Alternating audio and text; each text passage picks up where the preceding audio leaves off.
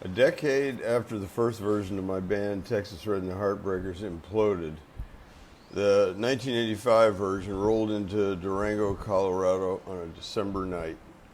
It was the night before we started our week-long gig at Farquhart's on Main Street in Durango. It was winter and it was freaking cold. The band piled into the bar at Farquhart's since we just arrived, and I immediately started drinking Killian's Red Beer, something that was apparently famous around that area. There was a skinny, blonde, green-eyed hippie chick at the bar, and you could tell she just loved the idea of hanging out and drinking with the band. So, of course, I immediately started a conversation and found out her name was Brandi.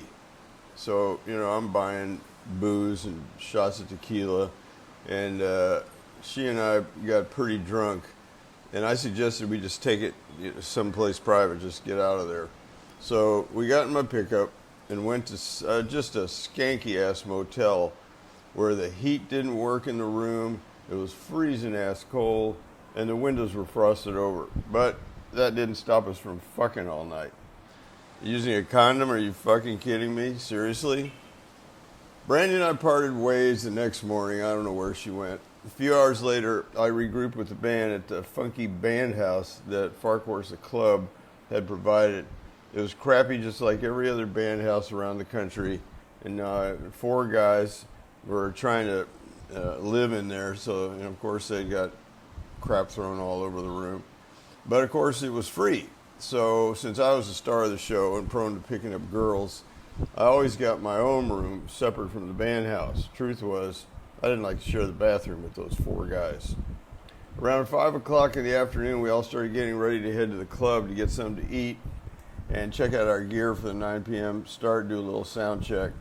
At Farquhart's, we played every night of the week, plus 2 happy hours. It was a big room. It was a bar and restaurant, and there was always a lot of people and people in there early in the evening because they came to eat dinner. So now that I've got dressed and ready to go, I went to the bathroom to pee, and immediately I felt that unmistakable burning sensation. Fucking Brandi, I had the clap.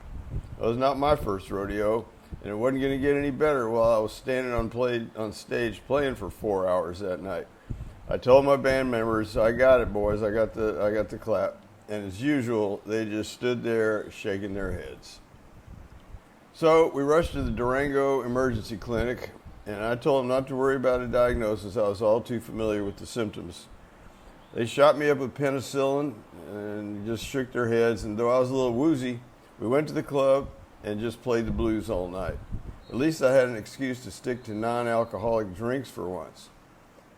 It was painfully obvious why I never saw Brandi again.